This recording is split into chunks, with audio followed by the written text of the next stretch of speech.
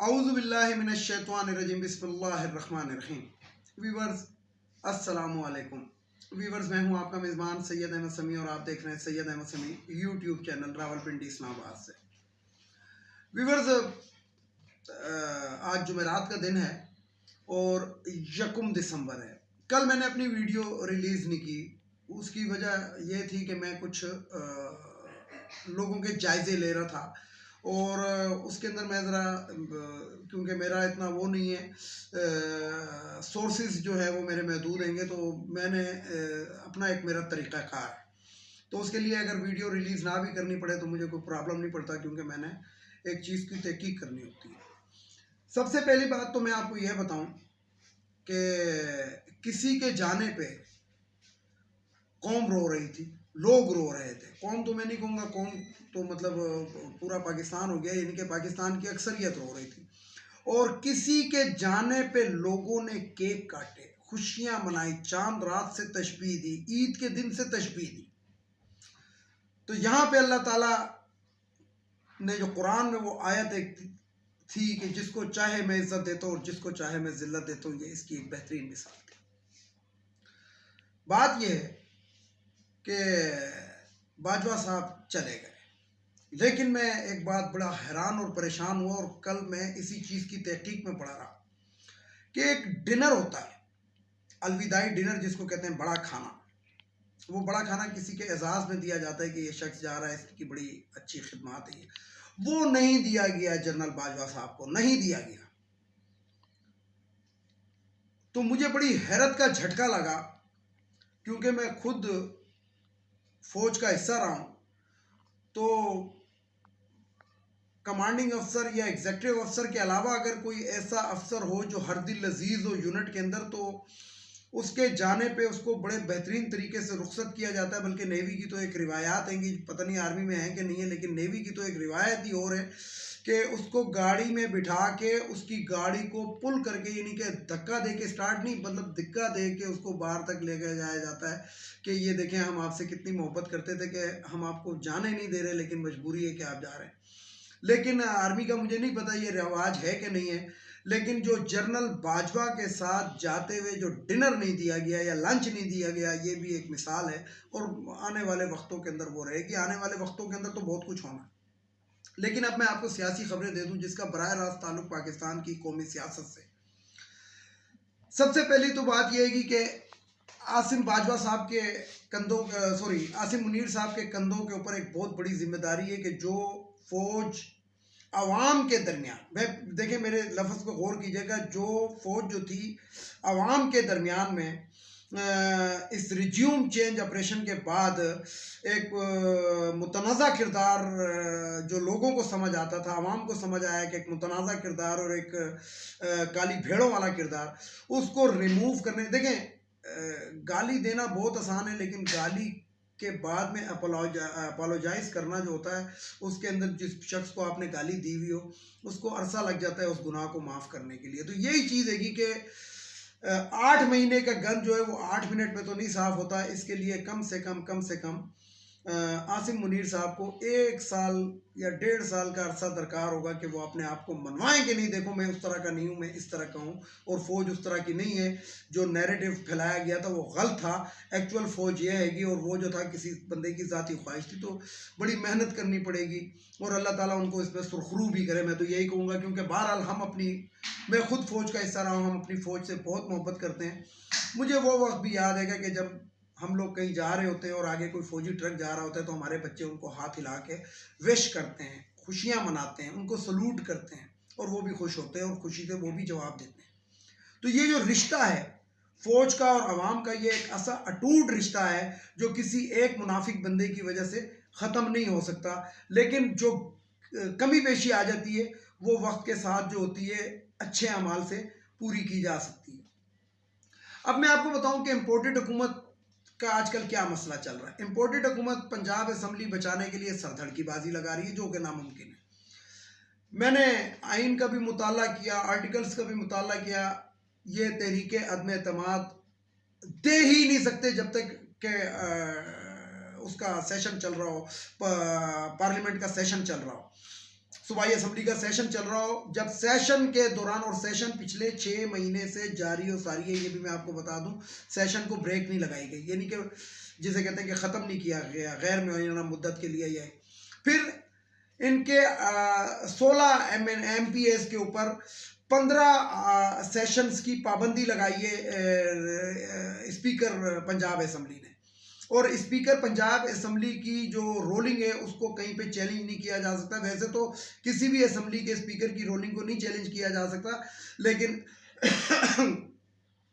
ये जो resume change operation के अंदर जो सूरी साहब की रोलिंग को जो सुप्रीम कोर्ट ने दरवाजे खोल के रात को बैठी थी, वो कोई और ही चक्कर था जिस वजह से वो और फिर इम्पोर्टेड ये सॉरी न्यूट्रल्स का दबाव था अदालतों के ऊपर, क्योंकि जी रातों रात मार्शल लॉ लगाने की तैयारी हो रही थी, प्रिजनर वैनें पहुंच गई थी। वो प्रिजनर वैनें मुझे पता लगा है और मैंने अपने ज़राए से भी मालूम किया और लोगों से मैं मिला भी, और इवन के इतनी दूर तक मुलाकात हुई कि आप सोच नहीं सकते कि मैंने उन लोगों से भी पूछा कि जो निचले तबके के लोग होते हैं, तो पता लगा कि प्रिजनर वैनें जो थी वो PTI के अरकान वगैरह के लिए नहीं, वो जजिस के लिए मंगाई गई थी और जजिस को दबाव में लाया गया था। तो बात यह है कि इनके ऊपर पाबंदी है, उस पाबंदी के अंदर वो यानी कि उनकी रुकनीत मुअत्तल कर दी जाती है इतने असम्बली के इजलासों के लिए। अब वो पूरे होंगे तो वो आएंगे, अदरवाइज वो असम्बली के अंदर कदम भी नहीं रख सकते। तीसरी चीज गवर्नर राज सदर का वो है, सदर की मर्जी है, यानी कि सदर उसको यस या नो करने की अथॉरिटी है, वजीर आजम का काम नहीं है, क्योंकि सदर वफाक की अलामत होता है और जो गवर्नर होते हैं वो वफाक के नुमाइंदे होते हैं सदर की जानिब से। तो गवर्नर वजीर आजम जो होता है उसको मुंतखब कर सकता है, लेकिन जब मुंतखब करके सदर ने सबरी साइन कर दी तो उसके बाद गवर्नर को हटाना जो है वो भी वजीर आजम का काम होता है, लेकिन गवर्नर राज अपनी मर्जी से नहीं लग सकता क्योंकि वो डायरेक्ट अहकामात की पाबंदी करेगा सदर की। तो ये चैप्टर भी क्लोज हो गया, अददी इनके पास है नहीं। फिर बीच में कहते हैं यानी कि चटकल्ला छोड़ा जाता है, सबर्शन फैलाया जाता है, एक जिसे कहते हैं कि गलत खबरें फैलाई कि जी चौधरी परवेज़ इलाही की और इमरान खान की अनबन हो गई है, फलाना हो गया ढंका। इन बातों में कोई सदाकत नहीं है। उसकी वजह मैं आपको बताता हूँ कि ये जो मूनस इलाही है, चौधरी मूनस इलाही, वो एक समझदार शख्स है। उसने अभी वो नौजवान है, उसने अपनी पूरी जिंदगी सियासत करनी है, कारोबारी सियासत है, और उसका जो कैरियर है वो चंद उसके लिए वो बर्बाद नहीं कर सकता, क्योंकि उसको नजर आ रहा है कि आने वाले दौर के अंदर क्या होगा। PTI का दौर रहेगा तो PTI के साथ ही रहना है या इमरान खान के साथ रहना है या जो भी है, लेकिन उनको पता है। अच्छा, उसके बाप वगैरह को, चौधरी परवेज इलाही, चौधरी शुजात को जितने धोखे नून लीग देती रही है, उसके बाद यानी कि वो लड़का है और जिसे कहते हैं कि यंग ब्लड है, तो उसको ये चीज़ समझ है। चौधरी शुजात को तो ये समझ है नहीं, चौधरी शुजात का तो ऊपर का पोर्शन खाली हो चुका है, उनकी तो बात भी किसी को समझ नहीं आती, वो तो पैरालाइज है बंदा, तो उससे तो वो तो पहचानता भी नहीं कि कौन क्या है, तो उससे तो खत लिखवा लिया गया। लेकिन अब वो खत वाली भी बात जो है वो सुप्रीम कोर्ट ने एक ऐसा ताला लगाया कि पार्लिमानी पार्टी जो मरियम साहिबा ने कहा था, वो जो चोरनी है, उन्होंने कहा था कि ये पार्लिमानी पार्टी कहाँ से निकल कर आ गई, तो उसको मरियम को बंदा ये बताए, नून लीग के लोगों को ये बताया कि हवी से इक़्तिदार में तुम लोग इतने अंधे हो कि तुम्हें आइन का पता ही नहीं है कि पार्लिमानी पार्टी क्या होती है और पार्लियामेंट क्या होती है और पार्लियामेंट के अंदर सरबराह कौन होता है और पार्लियामेंट्री पार्टी का सरबराह कौन होता है, तुम्हें नहीं पता और ना इन लोगों को पता है, क्योंकि नून लीग के अंदर तो पता नहीं कितने सदर हैं, शरीक सदर जो कहलाते हैं, जबकि दूसरी पार्टियों में आप देख लें एक ही होता है। पीपल्स पार्टी में शरीक चेयरमैन पता नहीं कितने, हालांकि दूसरी पार्टियों में एक ही होता है। तो बहरहाल ये इनके कम अकली है और कम इल्मी है, और आइन से मारवा अब कोई काम ये नहीं कर सकते, क्योंकि बहरहाल इमरान खान ने आवाम को इतना ज़रूर समझा दिया है कि चोर कौन है और चोरी किस तरह की जाती है और डकैत कौन है और किस तरीके से डाके मारे गए।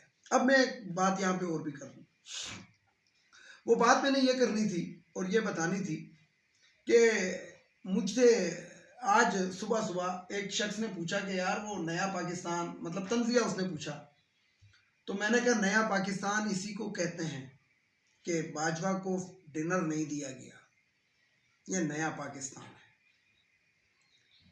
शहबाज शरीफ कुछ नहीं कर सकता, ये नया पाकिस्तान है। पिंडी के अंदर सामने बैठ के अगले ने बोला कि मैं असम्बलियां डिसॉल्व, बल्कि असम्बलियां तोड़ना तो बाद में इन्होंने शुगल लगाया।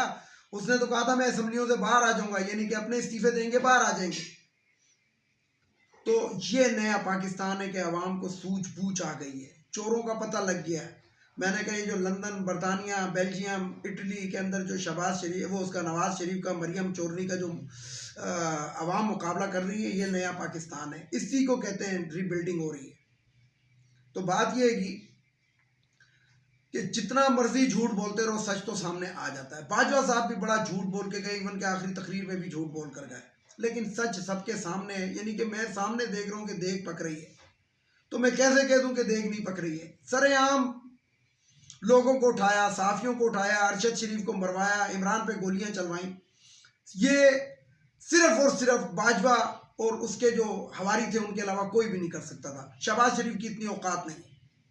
हाँ, शहबाज शरीफ ने इनके कंधों पे रख के सब कुछ करवाया, ये मैं आपको जरूर कहूंगा। नवाज शरीफ ने इनके कंधों पे रख के।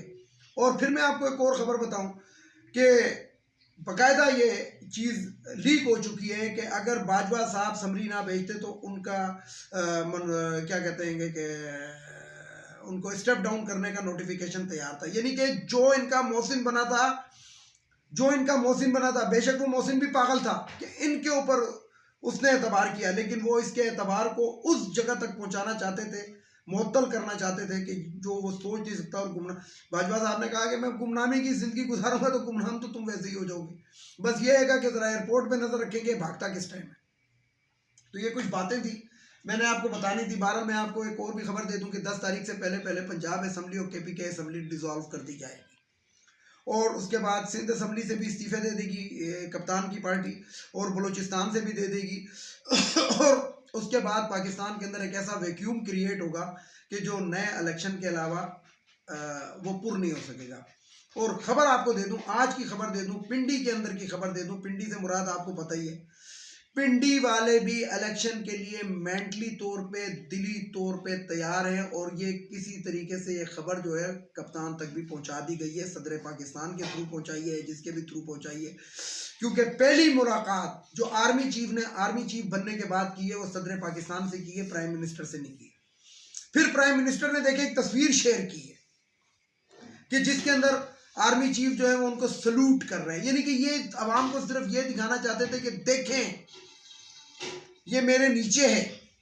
हालांकि सलूट करना पड़ता है, सलूट शहबाज शरीफ को नहीं, सलूट वजीर आजम के ओहदे को होता है, और सलूट आर्मी चीफ करता है, हर एक को करता है, हर वजीर को भी करता है। लेकिन इसका ये मतलब नहीं है,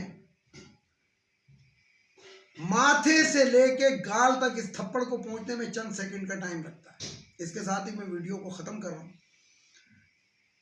थप्पड़ों की बात बहरहाल दुरुस्त है। इसके साथ ही मैं वीडियो का इख्तिताम कर रहा हूं। वीडियो को लाइक करें, शेयर करें, सब्सक्राइब करें, बेल आइकन के बटन को जरूर दबाएं ताकि मेरी नेक्स्ट वीडियो आपको मिल सके। इसके साथ ही इजाज़त चाहता हूं तमाम देखने वाले सुनने वालों को। अल्लाह हाफिज़। और आखिर में वही नारा, पाकिस्तान जिंदाबाद।